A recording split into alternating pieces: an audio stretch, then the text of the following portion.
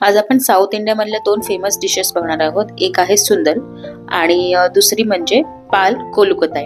ही एक तांदूळ आणि दुधापासून बनवलेली खीर आहे. तर सगळ्यात आधी आपण ही खीर कशी बनवतात ते बघूयात. तर या खिरीसाठी सगळ्यात आधी आपल्याला तांदळाची उकड काढून घ्यायची आहे. त्यासाठी मी इथे 1 वाटी पाणी घेतलंय आणि त्यात अगदी चवीप्रमाणे अगदी 1 चिमूटभर असं मीठ मी यात घातलेलं आहे. 3 ते 4 चमचे यामध्ये साखर घालायची आहे, कारण या उकड जे आपण करणार आहे ना त्याचे छोटे छोटे गोळे करायचे. ते गोळे आपल्याला चवीला गोड हवेत, त्यासाठी इथे मी साखर जास्त घेतली. आता ही साखर पूर्ण विरघळून घ्यायची आहे पाण्यात. त्यातच मी अगदी जरासं तूप घातलंय. तूप जास्त घालू नका, अगदी जरासंच घालायचंय. आता पाण्याला उकळी यायला सुरू झाली. साखर आता हे हलवून सगळे विरघळवून घ्यायचे.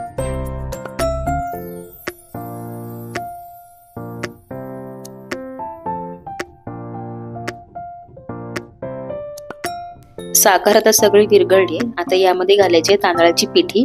इथे मी 1 वाटी पाण्यासाठी 1 वाटी तांदळाची पिठी घेतली. पाण्याचं आणि तांदळाच्या पिठीचं प्रमाण हे सारखंच ठेवायचं.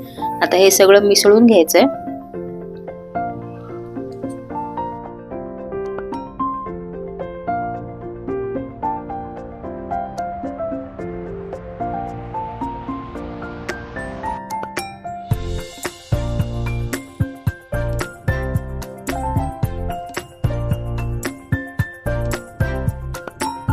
सगळं पीठ पाण्यात मिक्स करून झालं की हे झाकून ठेवायचं 1-10 मिनिटं. सुरुवातीचे 2 मिनिटं गॅस चालू ठेवायचा आणि त्यानंतर गॅस बंद करायचा.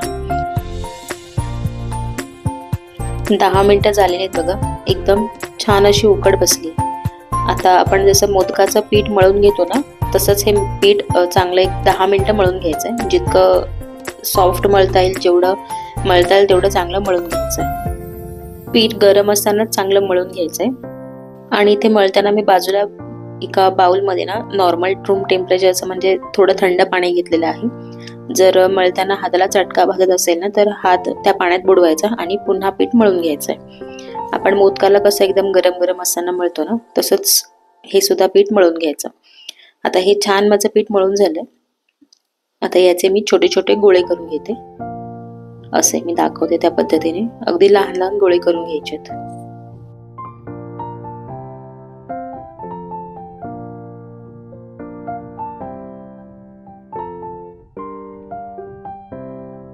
अशाच प्रकारे मला जितके हवे तितके मी गोळे करून घेते आणि बाजूला ठेवून देते. तोवर आता खीर आता करायला घेऊया. तर इथे मी एका पॅन मध्ये गरम करून थंड केलंय दूध. अर्धा लिटर असं दूध घेतलंय. आता या दुधामध्ये ना आपल्याला जे तांदळाच्या पिठाचे जे आपण गोळे केले ना ते टाकायचे. लगेचच टाकायचे नाहीये. दुधाला उकळी यायला सुरू झाली की ते जे गोळे केलेत ते सगळे या दुधामध्ये घालायचे.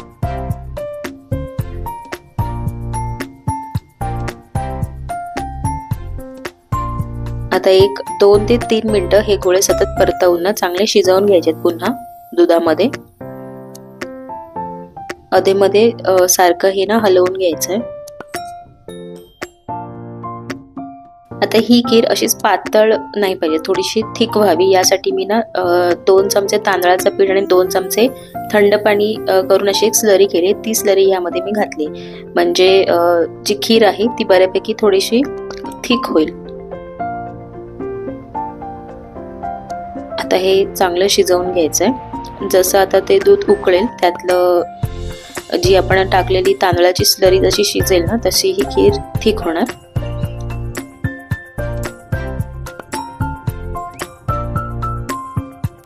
आता हे दूध उकळून चांगली 2 ते 3 मिनिटं झाली आहेत. आता यामध्ये मी घालते आवडीप्रमाणे साखर.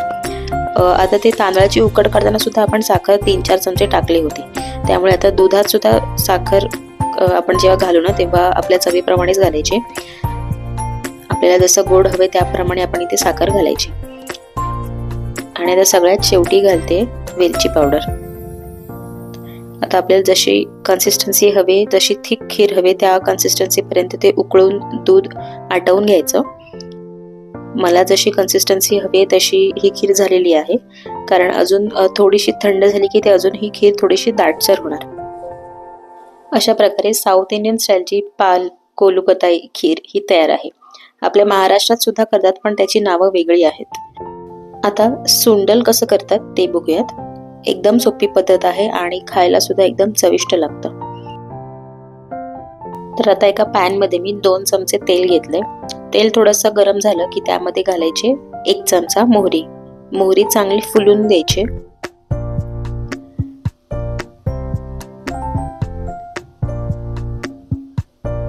बघू शकता मोहरी एकदम चांगली फुलली आहे। त्यामध्ये मी ते घालते आवडीप्रमाणे कढीपत्ता। थोडंसं मिक्स करून घ्यायचंय।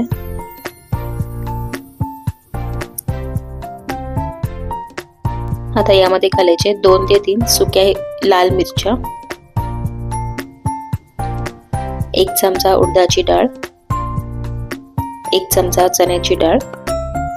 आता हे चांगलं 1 ते 1.5 मिनिटं लो टू मीडियम फ्लेम वरती चांगलं परतवून घ्यायचंय।